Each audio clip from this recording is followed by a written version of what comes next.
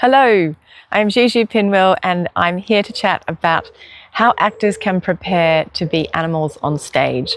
It's something that we don't actually tend to study a whole lot at drama school because we do have quite a human-centric art form being actors, where normally we're thinking about animal characters. And then especially when we join the working world, and he said walking world there, when we join the working world, then we have all these human roles, and you really don't, even in children's theatre, see many animal characters come up. And I really believe that one of the best ways that we can create really well-informed, exciting animal characters, whether that's being referenced in a line or fully embodying an animal character, then it is actually through real life experiences with the animal. Can you hear that lovely bird actually there? Fun fact, I am just slightly north of Stratford-on-Avon at the moment. So that is definitely an English bird out there. And I'm from Australia, so it's very exciting hearing these other species here and hearing the birds that Shakespeare would have heard. And, you know, something about Shakespeare is that he would never have heard a recording of that bird or seen a video of that bird. He would only have known that bird in real life or say in a sketch.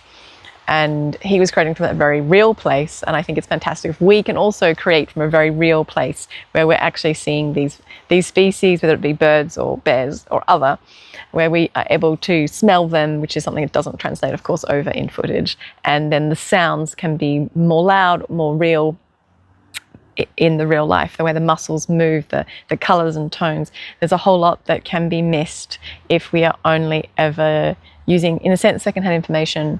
And then you actually have a true life experience. When you, say, see a bird in a tree, it will tend to see you too, and maybe you accidentally make a sound, and then it will also say look at you and show emotion in some way. And so you start having a sense for how potentially these animals might be feeling, what their personalities might be like, how they tend to respond to real life situations, things that can be a lot harder to communicate in a non-real, like a more static edited format.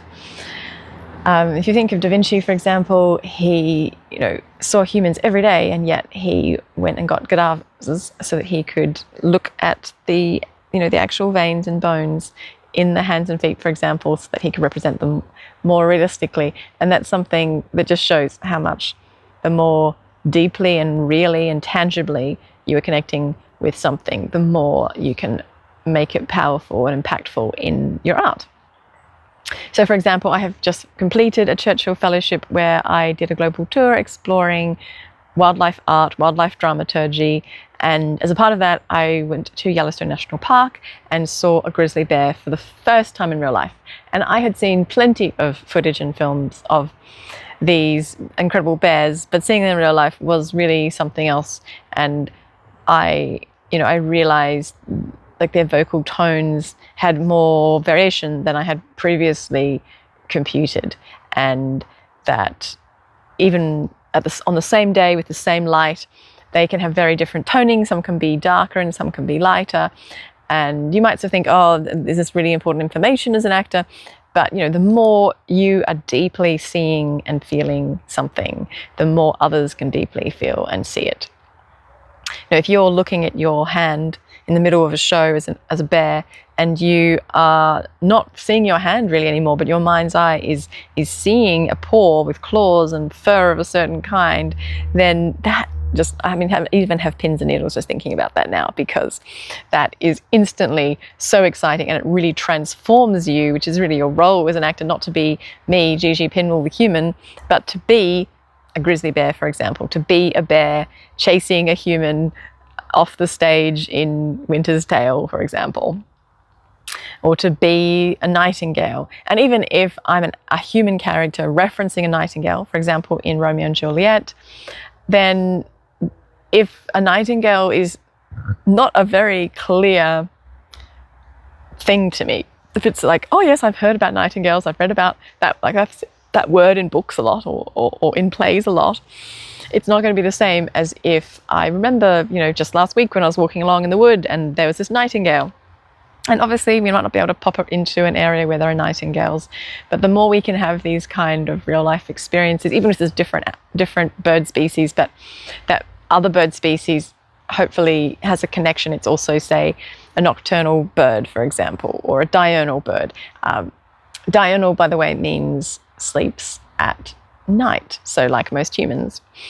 And that's the way Shakespeare used these animals as a marker of time, and he would have, you know, one bird in Romeo and Juliet is being mentioned when it's nighttime and another when it's daytime, because that's when those different species are awake, and it shows what time it is. And for people who lived in the natural world more in the past, that was largely, you know, a major aspect to how they worked out the time, because, you know, they know, for example, if they're maybe asleep, but they hear this bird, they know, oh, it's dawn, or it's nearly about to be dawn, because this is a bird that always makes those sounds at that time of day. So there's just a lot when you get connected into the real life animal world that makes a lot of sense around why Shakespeare is making the choices he's making. After all, he never saw any video footage of any of these animals. He saw real birds and real bears. Yes, he might have seen a sketch, but there were real bears, you know, in London for the bear fighting, and definitely were real nightingales around.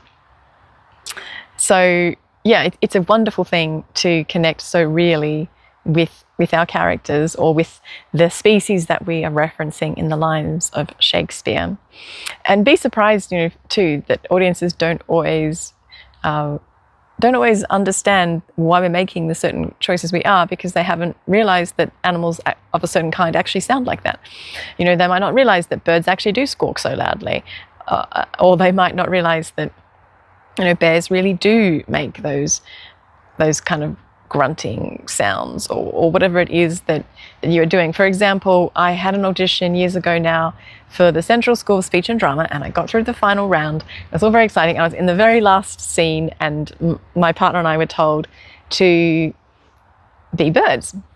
And I just jumped straight in because I was so excited, and I started preening myself. If you don't know what preening is, it's where birds put oil on their feathers to make them waterproof. So there is an oil gland in the butt of birds, and they will put their mouth on that part of them, and then stroke their feathers, like, you know, with their mouth, like this, pulling out each feather individually, especially if they're very, like, majorly important feathers for flight. For example, you don't want your feathers going soggy when you're flying up in the sky and perhaps a little shower comes along, as an example. And you don't want to get too cold, getting completely drenched when you're sitting on your branch.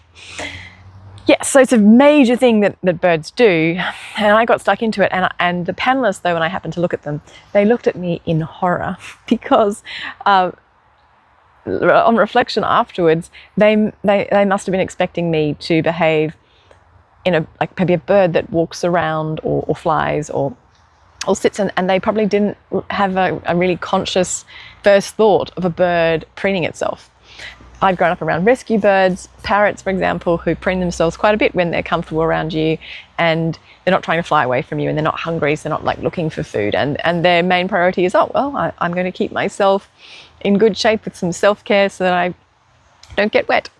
And yeah, I had no idea what was going wrong in the moment, and it wasn't until years later when I started to realize, from having, say, my pet parrot that I would take out and about, people would say, what is it doing? What is it doing? Is it all right? And it was just preening itself. And I had no idea that would not be seen as a normal thing, like a dog licking itself, or a cat, you know, they do that. And I just saw it as, oh yes, it's the same sort of thing. But of course, you know, birds do it differently. I'm pretty sure in the audition I didn't actually put my head next to my butt to get the oil onto myself. Yes, I mean, sometimes there are, you know, physical limitations of what we do, and I think even I wasn't brave enough in that moment to do that. But yeah, educating our audience so that they understand the realism we actually are bringing to animals is a very important aspect. And I'll just quickly pop up an example of an animal character that I created and then linked their sound through a QR code, so that what I'm building on and the musicality that's being expressed in this animal character comes through in the call that they actually have in the wild as well. So thank you so much for listening. I am Gigi Pinwill. If you want to see more of my animal art, please head to DunnART.com, DunnART.com. DunnARTs, by the way, are a tiny marsupial. Thanks again, and keep enjoying animals and art. Thanks.